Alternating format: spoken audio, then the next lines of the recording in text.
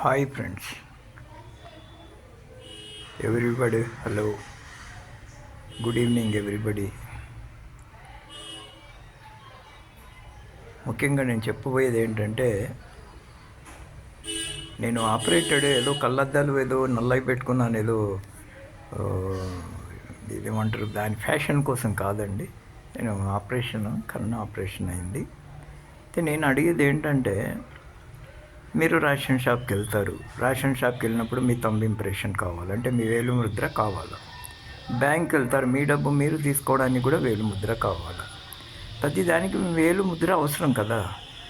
మరి ఇప్పుడు ఓటింగ్లో ఈ కార్డులు చూపెట్టి అది చూపెట్టి మీ ఓటింగు లిస్టు అన్నిటికంటే వేలు ముద్ర పెట్టేస్తే అయిపోతుంది కదమ్మా. ఏమండి బ్రదర్స్, వేలు ముద్ర పెట్టేస్తే దొంగ ఓటు పడదు కదా. నేను ఊహించింది అది. ఎందుకంటే కార్డు కూడా అవసరం లేదు.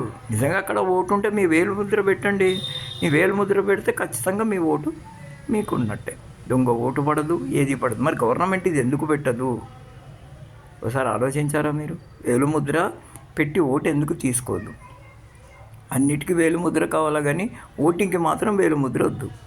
ఎందుకు ఈ జీవో రావట్లేదు అనే దాని మీద ఆలోచించండి. Thank you very much everybody.